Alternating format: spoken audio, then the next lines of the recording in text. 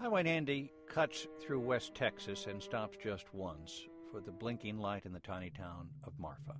Its desolate beauty is the kind of blank slate filmmakers love. The movie Giant was shot there, as were scenes from No Country for Old Men.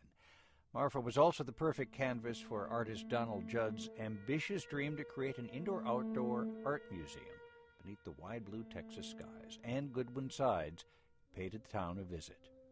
If you come into Marfa at night, you'll hit the brakes at a bright candy box of a store emitting an extraterrestrial glow.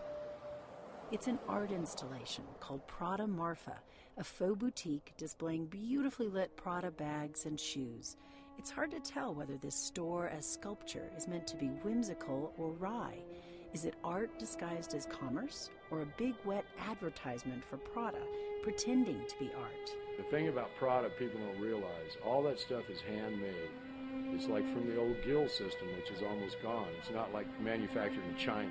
Boyd Elder's attitude and appearance are pure Dennis Hopper. Elder is a videographer and artist who's painted cow skulls graced album covers for the Eagles. He works out of a studio in an old water tank within sight of To Marfa. The really ironic thing about it, too, is you think about all the immigrants that have walked across the desert in tennis shoes and cactus stalks woven into sandals and carrying a bag. And then you walk by the Prada store and you see these shoes and these Prada bags on the immigrant drug-dealing path into the north. I hate it, but then in another way it's so outrageous you gotta love it. Elder isn't quite sure what Donald Judd would think of Marfa's latest installation. Elder knew him for more than 20 years before Judd died of cancer in 1994.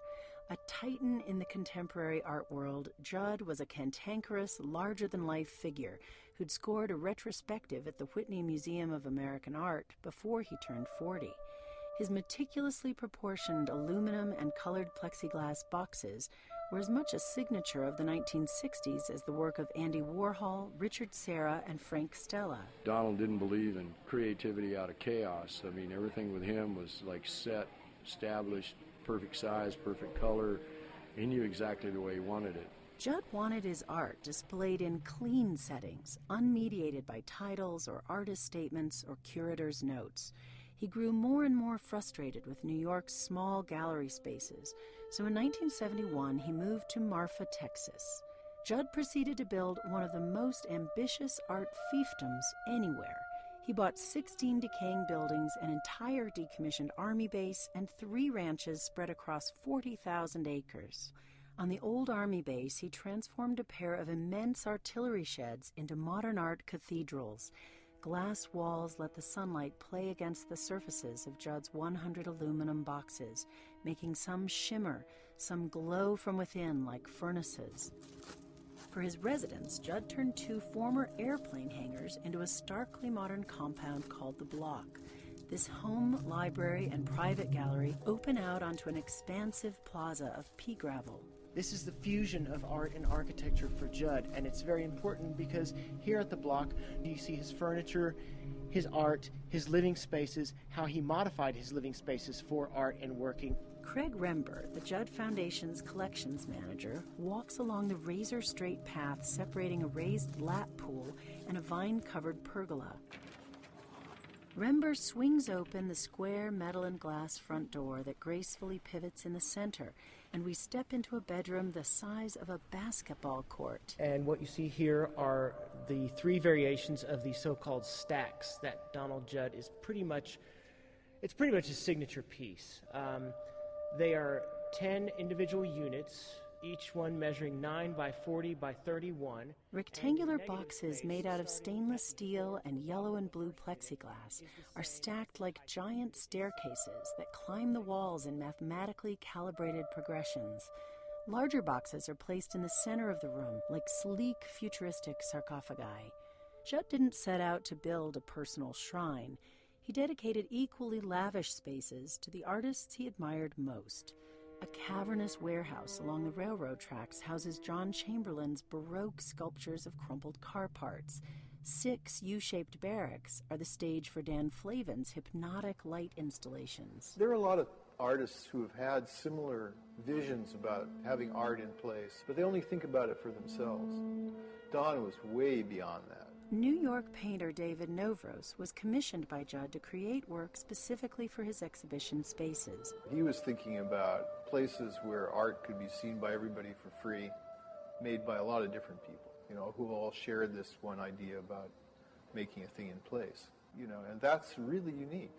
Judd's 2 children grew up in this vast, raw desert where sculptures outnumber people. Rainer, his 38-year-old daughter, says it took some adjustment. As a kid, I was really into trees, and I would say, well, where are the trees? There aren't very many trees here, and I don't know exactly why I was born liking trees to a man who likes the desert. An actress and screenwriter who looks and moves like a young Meryl Streep, Rainer oversees her father's estate as president of the board of the Judd Foundation. The reason I mentioned trees is because he would say, well, if you look out here, you can actually see the shape of the land, where if it's covered with trees, you can't see it. And I think about the way he would talk about his work when people would call it minimalist, and he didn't like that description. And just in the way that the desert is extremely rich and beautiful and it doesn't have a lot of trees, I think he was interested in creating extremely rich work that didn't have a lot of trees, if you know what I mean. The environment Donald Judd created in Marfa has drawn countless other artists who've put their own stamp on the town. Marfa's become a trendy art mecca that's attracting celebrities. Weather-beaten ranchers still eat homemade donuts at Formica tables in Carmen's Cafe, but they may be sitting next to Lance Armstrong or Julia Roberts. To capture her father's relationship with the town, Rainer Judd began filming a documentary 2 years ago called Marfa Voices. One of them belongs to Jack Brunson, who helped Donald Judd build his art. It took Brunson a while to fully appreciate Judd's 15 concrete cubes arrayed across a field of tall prairie grass. You have to look at those and wonder what in the heck they are. If you sat up there on the hill and look back down there and watch that in the afternoon, and you watch the shadows move about, you can see you're looking at something that you never saw before. You don't realize that driving up the highway, you see these blocks out there and there's nothing. But if you get the proper place and look and watch, take your time and watch, you see art. And that's exactly what Donald Judd wanted. For NPR News, I'm Ann Goodwin-Sides. You can see images of Donald Judd's art on our website, npr.org.